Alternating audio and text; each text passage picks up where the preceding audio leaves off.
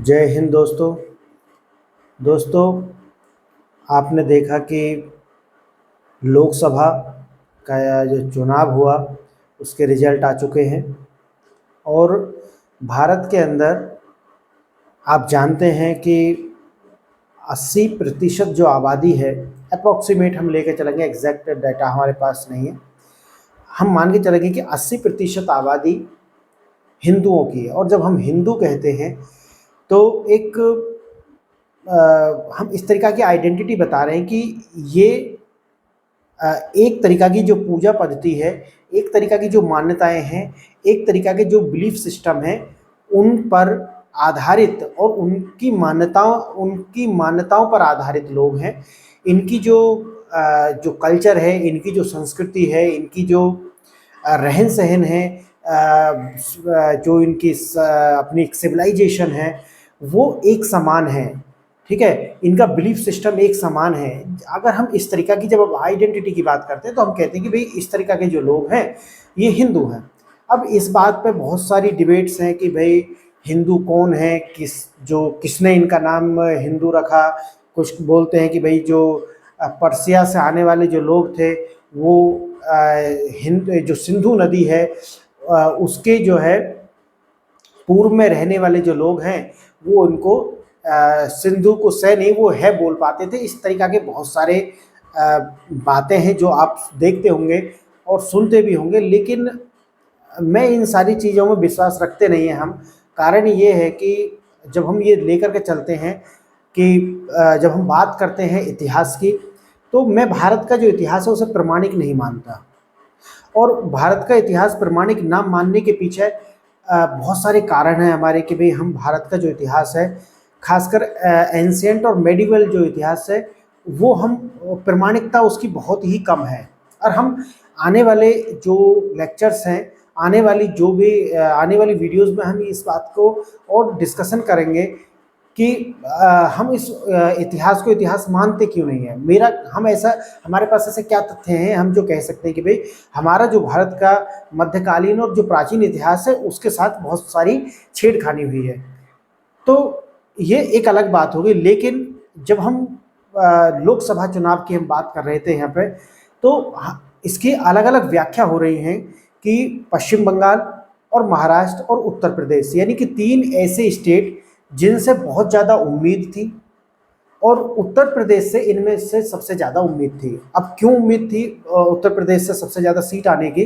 क्योंकि लोकसभा की 80 seats UP के अंदर हैं।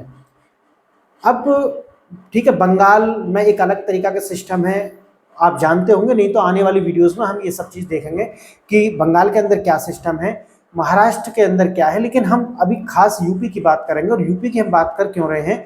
क्योंकि आप जानते होंगे कि राम मंदिर का जो फैसला, ठीक है, राम मंदिर का जो निर्माण हुआ, और राम मंदिर आप कह सकते हैं कि हम जब हिंदू की बात करते हैं, अब उसके अंदर कास्ट की हम बात नहीं कर रहे अभी। और मैंने इसीलिए आप देखेंगे कि जो भी इतिहास का मैंने कहा कि मैं उसे प्रामाणिक नहीं मानता, उसका मैं बताऊंगा जो कास्ट सिस्टम है और जिस तरीक़ा से बताया गया कि भाई भारत के अंदर XYZ इन कास्ट्स के ऊपर बहुत सारे अत्याचार हुए, ये हुआ, इस तरीक़ा की बहुत सारी थ्योरीज हैं, सच्ची हैं झूठी हैं, ये मैं नहीं कहूँगा, क्योंकि पूर्णतः ना तो सत्य है ना तो पूर्णतः झूठ है। वो अर्ध सत्य है, वो अर्ध सत्य हो कैसे गया, क्योंकि उसमें कन्फ्यूजन कैसे आया, वो हम आने वाली वीडियोस में देखेंगे। लेकिन अभी हमारा जो फोकस है वो ये है कि आखिर यूपी में जहाँ पर 80 सीट हैं और हिंदू बिलीफ सिस्टम है और ये मानते हैं कि भाई राम मंदिर यहाँ बना है, और यहाँ की अब की बार जो है, जैसे पिछली बार आपने देखा कि 62 सीट्स जो बीजेपी को मिली थी, उसी तरीक़ा से मान रहे थे कि आपका 70+ सीट्स जो है बीजेपी को आनी चाहिए। लेकिन उनकी सीट्स कम आई और उन लोगों की सीट्स ज़्यादा आई जिन्होंने इस चीज़ का विरोध किया, जिन्होंने राम मंदिर नहीं गए और कहीं ना कहीं डायरेक्ट इनडायरेक्ट उसका विरोध किया। और चाहे वो कांग्रेस हो, चाहे वो समाजवादी पार्टी हो। लेकिन आप ये देख रहे होंगे कि एक भारत के अंदर और यूपी के भी अंदर कि जो हमारा विपक्ष है वो एक विशेष जो समुदाय है उन पर कुछ नहीं बोलेगा, लेकिन जो हिंदू समुदाय है उनको बहुत ज़्यादा लाइट लेंगे और कुछ भी कोई भी कह करके निकल जाएगा। हम इसके कारण खोजेंगे कि आखिर हमारा जो समुदाय है, जिसे हम हिंदू कहते हैं, वो आज इस तक पहुँच कैसे गया, उसकी ये दुर्गति कैसे हुई और आने वाले समय में वो और कहाँ जाने वाला है। ये सारी बातें हम जितनी वीडियोज़ आप आएँगी आगे, उनमें हम इन बातों को रिवील करेंगे और उनका डिस्कशन करेंगे, साइंटिफिक डेटा के साथ करेंगे। क्योंकि जो लोग ये कहते हैं कि भई ऐसा नहीं होगा, वैसा नहीं होगा, वो ये है कि भई दिल बहलाने के लिए ये ख़्याल अच्छा है गालिब, उस वाली बात तो ठीक है कि भई ऐसा नहीं होगा। उदाहरण के लिए कि लोग आपको कहते होंगे कि भारत जो है एक हिंदू राष्ट्र बन जाएगा, कुछ कहते हैं कि भारत में एक इस्लामिक स्टेट यानी कि जो इस्लाम को मानने वाले जो लोग हैं, वो स्थापित हो जाएँगे। इस तरीक़े की आप बात आराम से सुनते होंगे। लेकिन कुछ लोग कहते हैं कि भई ये बन जाएगा और कुछ कहेंगे ये नहीं बन जाएगा। तो 2 तरीके की डिबेट्स हैं। आने वाले लेक्चर्स में हम ये देख लेंगे। लेकिन हमारा जो फ़ोकस है वो है लोकसभा चुनाव, और यूपी में आप जहाँ राम मंदिर बना है, वहाँ पर अगर अयोध्या के अंदर जो सीट है वो आप हार गए। आपकी 36 सीट्स आई हैं। लेकिन बात ये है कि बात 36 और 37 और 38 की नहीं है। मेरा मानना है 35 भी सीट आती। लेकिन आप अयोध्या नहीं हारनी चाहिए। यानी कि जो हिंदू है वहाँ पर मैंने ऑन एन एवरेज हम लेकर के चल रहे हैं 75-70% 77% वहाँ पर एक बिलीफ सिस्टम के लोग हैं, जिसे हम नाम से, अब है या नहीं है वो मैं अब आपको दिखाएंगे। लेकिन जिन लोगों ने राम मंदिर का विरोध किया, जिन लोगों ने स्पष्ट उस पर कभी बोला नहीं, उस चीज़ को अलग रखा, ठीक है। और मतलब कभी-कभी क्या होता है ना कि जो चुप्पी भी होती है ना, वो बता देती है कि आप किधर झुक रहे हैं। लेकिन वो लोग वहाँ से जीत गए। आप सोचें इस चीज़ को, जिन लोगों ने राम मंदिर बनने का विरोध किया, लोगों पर गोली चलवाई, ऐसे भी लोग हैं, ठीक है ना। उनकी सरकार रही और आज हम ये सोचते थे कि भई वो टाइम अलग था, नेट नहीं थे, न्यूज़पेपर नहीं थे, इन्फॉर्मेशन का जो है बहुत ज़्यादा आवागमन नहीं था कि लोगों तक इन्फॉर्मेशन। लेकिन आज सब कुछ है ना। हर घर में मोबाइल है, हर घर में कोई ना कोई बच्चा ऐसा है कि जो बाहर की सूचनाओं से जुड़ा हुआ है। लेकिन अगर फिर भी ये कुछ हुआ तो ये किसकी देन है? आप सोचें इसे। और ये सोचने की बात है कि आप अयोध्या में इतना कुछ करके आप हार जाते हैं, उसके कारण अब देखो, अब बहुत सारे लोग हैं अलग-अलग बात बोल रहे हैं कि कुछ लोग आपसे कहेंगे कि वहाँ पे जो रास्ते बनवाए गए उनमें लोगों को सही से मतलब उनका जो घर तोड़ दिए गए और उनको मुआवजा नहीं दिया गया, और बहुत सारी ऐसी बातें, या जो वहाँ की जो लीडरशिप थी, वो लोगों से, विधायक हों या सांसद हों, वो लोगों से डायरेक्ट उनका मेल-जोल नहीं है, आदि-आदि। लेकिन वहीं आप अगर अमेठी के अंदर देखेंगे तो जो स्मृति ईरानी है वो हार गई। और किससे हार गई? वो राहुल गांधी के चेले से हार गई। आप समझे है ना। उनका जो चेला है, पीए जो है, उनसे वो हार गई। वो क्यों हार गई? कि जबकि ऐसा मानते हैं कि उन्होंने तो वहाँ पे एक घर ही ले लिया अमेठी के अंदर। जो जाकर के उन्होंने एक घर ले लिया, उसके बाद भी वो हार गई, अगर हम इस बात को देखें। लेकिन आप सोचें ऐसा कैसे हुआ? और ये जाकर के आप अब पूरे इतिहास में इसका जो आपको ये लोग देख रहे हैं या नहीं देख रहे मुझे इसका नहीं पता, लेकिन इतिहास के अंदर आपको इसकी मूल मिलेगा, इसकी जड़ जो है वो आपको इतिहास के अंदर मिलेंगी। अब वो है क्या?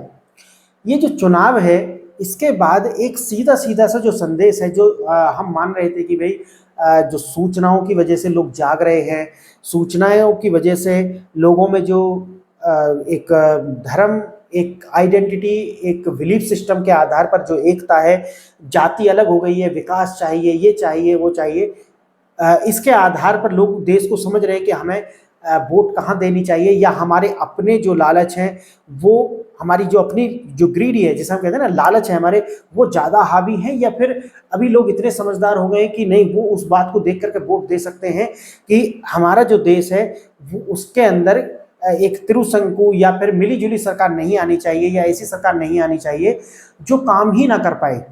समझ रहे हैं ना आप? क्या लोगों में इतनी समझदारी आई है अभी? अब क्योंकि लोग कहते हैं कि भई देखो सारे लोगों की जो समझ है ना, उस पर आप डाउट नहीं कर सकते। लेकिन आप समझें इस चीज़ को कि अगर आप ये कहते हैं कि भई सारे लोग जो समझ के करेंगे ना वो सही डिसीजन लेंगे, लोग कभी गलत नहीं होते। लेकिन क्या ये वास्तव में ऐसा है कि लोगों को उनके डिसीजन जो है वो खुद ले रहे हैं डिसीजन, या फिर कुछ झूठ के सगुफे ऐसे छोड़ दिए जा रहे हैं इस इंफॉर्मेशन के युग में कि लोग उससे भ्रमित हो रहे हैं। मतलब लोग जो है वो स्वतंत्र होकर डिसीजन नहीं ले पा रहे हैं, और झूठ बोल करके लोगों को कि खटाखट खटाखट टाइप का आपने देखा होगा। तो मैं जो आपसे कह रहा था कि ये उसकी देन है, ये जो खटाखट है, जो लोग सोचते हैं कि यार हमें कमाना नहीं पड़ेगा 8,500 आ जाएंगे, लोग ये नहीं सोचते कि क्या ऐसा कहीं और हो रहा है। इसके जो एग्जाम्पल हैं इसके जो एग्जाम्पल हैं क्या कहीं और हैं जहां पर भी इन लोगों की और गवर्नमेंट है, स्टेट में गवर्नमेंट है, क्या वहां पे ये सब स्कीम लागू है? नहीं है। तो इससे मैं जो आपको बता रहा था कि इतिहास में जाकर के आप इसकी जो जड़ है वो देखेंगे कि जो भारत में जो हिंदू सोसाइटी है वो कहीं ना कहीं अपने आप को आगे रख करके देखेगी। यानी कि मैं अपनी नौकरी, अपना मेरा घर, मेरे बच्चे, मैं यानी कि मेरा जो दुनिया है ना वो इतनी सी छोटी सी है।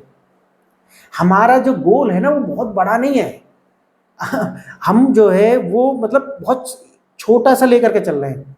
मेरी अपनी समझ ऐसा कहती है कि हमारी जो सोसाइटी है वो ऐसी है कि मतलब उसे सिर्फ अपना घर, जब तक आग उसके घर तक ना आए, जब तक उसे कोई फर्क नहीं पड़ता। समझ रहे हैं ना मेरी बात? बराबर में क्या हो रहा है उसे इससे कोई मतलब नहीं है, लेकिन मेरे घर क्या हो रहा है उसे बस वहां तक फर्क पड़ेगा। क्लियर है? यानी कि बराबर में वहां पे एक जाति आ जाएगी, जाति में फिर एक और जाति आ जाएगी, उसके अंदर एक और जाति आ जाएगी। एक जाति हर कोई दूसरी अपनी से छोटी जाति ढूंढ ही लेगी। समझ गए? और ये जो लालच है, ये जो ग्रीडीपन है, ये इतिहास में रहा है, और उसी की वजह से भारत जो है हजारों साल तक गुलामी की जंजीरों में जकड़ा रहा। भारत का जो लिटरेचर है उसके साथ छेड़छाड़ की गई, चाहे वो महाभारत हो, गीता, पुराण, रामचरितमानस, रामायण, कोई भी हो, किसी भी तरीका का हमारे जो ग्रंथ हैं उनके साथ छेड़छाड़ की गई। और मैं ऐसा क्यों कहता हूं? क्योंकि आज के युग में भी एक परसेप्शन वारफेयर है। परसेप्शन वारफेयर आप देखेंगे कि अभी जो चुनाव हुए हैं उसमें भी ऐसा मान रहे हैं कि कुछ लोगों ने, विदेशी लोगों ने, बाहर की ताकतों ने इसमें पैसा को इन्फ्यूज किया, और कहीं ना कहीं देश में एक ऐसी पार्टी को आने से रोका, यानी कोई भी एक पार्टी आए कि जो मजबूत सरकार हो, और मजबूत सरकार मजबूत निर्णय ले सकती है। समझ रहे हैं ना मेरी बात? तो निर्णय मजबूत ना ले पाए ऐसी सरकार को आने से रोकना ये विदेशों के हित में है। और हम आने वाले लेक्चर्स में डिस्कशन करेंगे कि भाई क्यों कोई ऐसा चाहेगा। इसमें हम आईआर की भी बात करेंगे, इसमें हम history, polity, governance, art and culture, जो भी आप एक समाज के लिए एक शिक्षित, अपने समाज को जागरूक और शिक्षित करने के लिए जो भी होगा वो इस चैनल पर आता रहेगा। इस चैनल पर ऐसी वीडियोस आएंगी जो हमारे समाज को जगाने का काम करें। हमें किसी से कोई मतलब नहीं है, किसी भी धर्म, समुदाय, सब बढ़िया हैं अपनी जगह, वो अपना कार्य कर रहे हैं। लेकिन दुख इस बात से है कि हम जो है, हमारी जो आइडियोलॉजी है, हमारा जो समाज है, वो अपना कार्य नहीं कर रहा। इसमें आप यही देखेंगे कि इतना कार्य करने के बाद अगर बीजेपी हार गई है, समझ गए आप, तो उसमें आप आज के 2-4 साल नहीं देख सकते। हमें इसे ये देखना पड़ेगा कि हम अब इसका आकलन करें। हम कौन? हमारे साधु संत, हमारे सामाजिक कार्यकर्ता, जो समाज की कहते हैं कि भाई हम समाज को सुधार रहे हैं, समाज के अंदर जागरूकता ला रहे हैं। वो जो जागरूकता है ना, अगर हम समाज की बात करते हैं तो हम समाज में सब कुछ लेकर के चलते हैं। उसमें हर धर्म, हर संप्रदाय, हर मजहब, हर तरीका के लोग उसके अंदर आ जाते हैं। अगर हम समाज में बदलाव की बात करते हैं तो मेरा मानना ये है कि हम सारे समुदाय और सारे समाज को साथ लेकर के चलें। हम हर कोई भी धर्म हो, चाहे वो इस्लाम हो, चाहे वो हिंदू हो, चाहे जैन हो, पारसी हो, कोई भी हो, हमें उनके अंदर जो भी कुरीति हैं, ठीक है, सबके अंदर होती है, सबके अंदर अच्छाई है, सबके अंदर बुराई है। ठीक।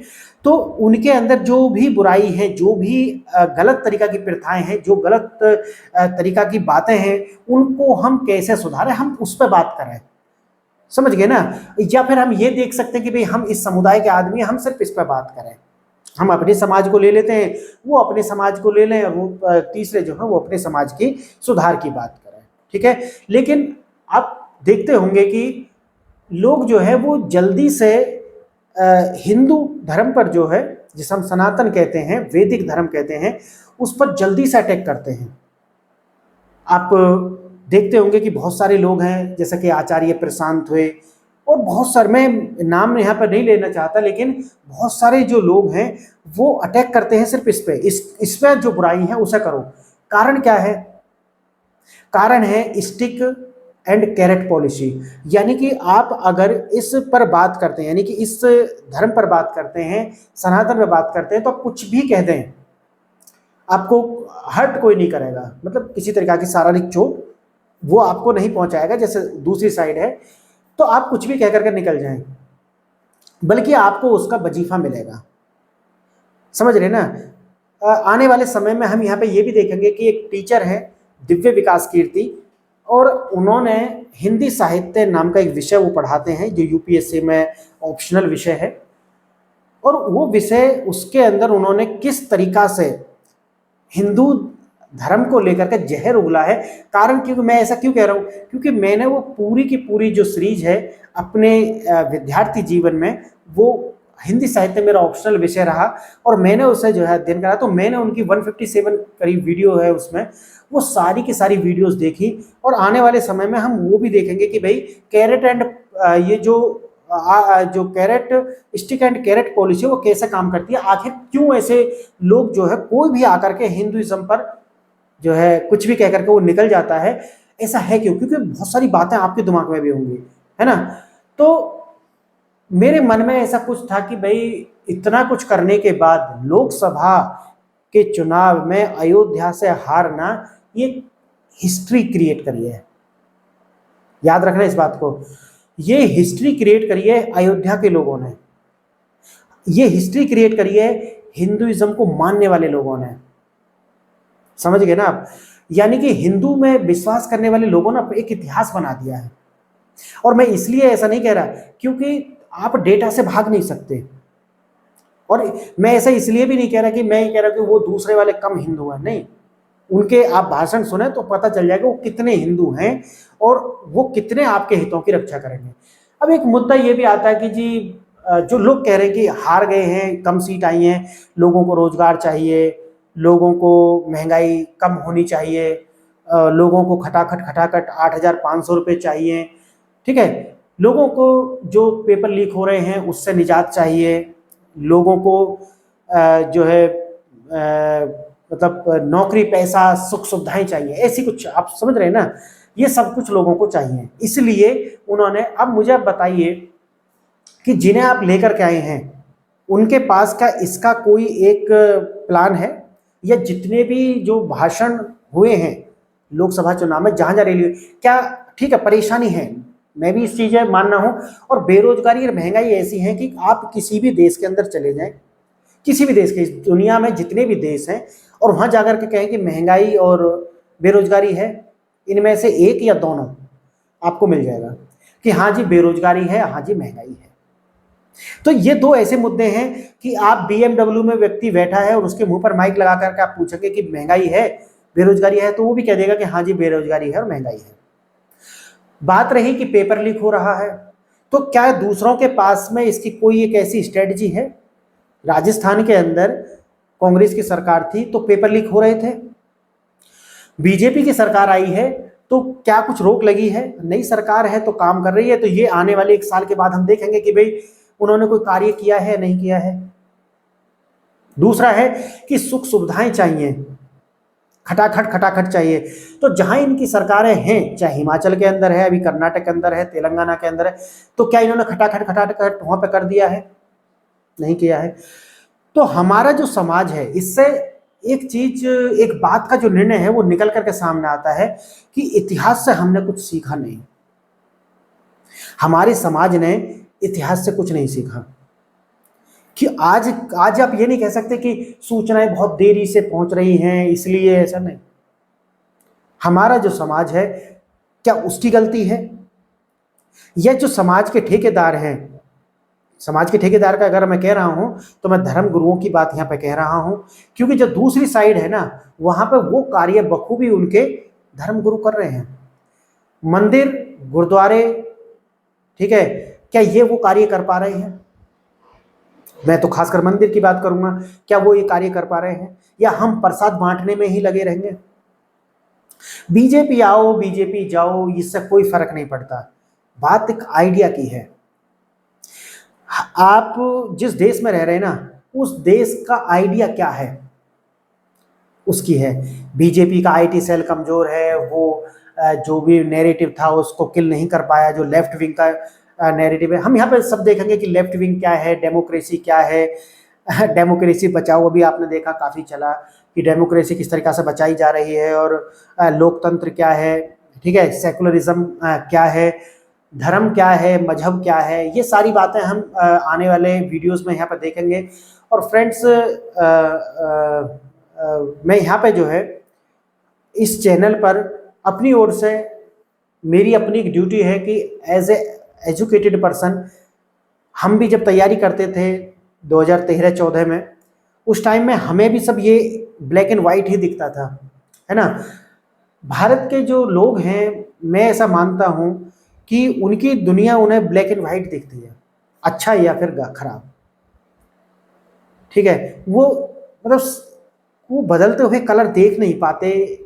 क्या है जो मैंने अभी आपको बताया कि एक तो ग्रीडीनेस है, हम अब तक सीमित हैं, हम अब तक सीमित हैं। बाहर क्या हो रहा है, हमें अपने घर से बाहर कुछ भी हो इसका फर्क हमें नहीं पड़ता।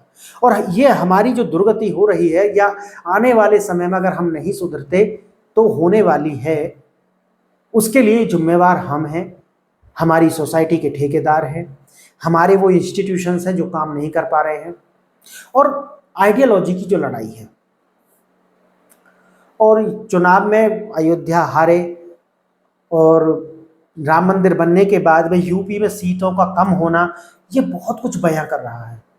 और ये ठीक है, आपका सांसद आपको मिलता नहीं है, आपके लोकल इश्यूज हैं, डेवलपमेंट का इशू है, आपके घर तोड़ दिए, आपको जो मुआवजा नहीं मिला है, हजार चीज हो सकती हैं। लेकिन जब हम आइडिया की बात करते हैं, आइडियोलॉजी की बात करते हैं, तो आप दूसरी साइड देखते हैं, वो सब गौण हो जाते हैं, वो सब गौण हो जाते हैं।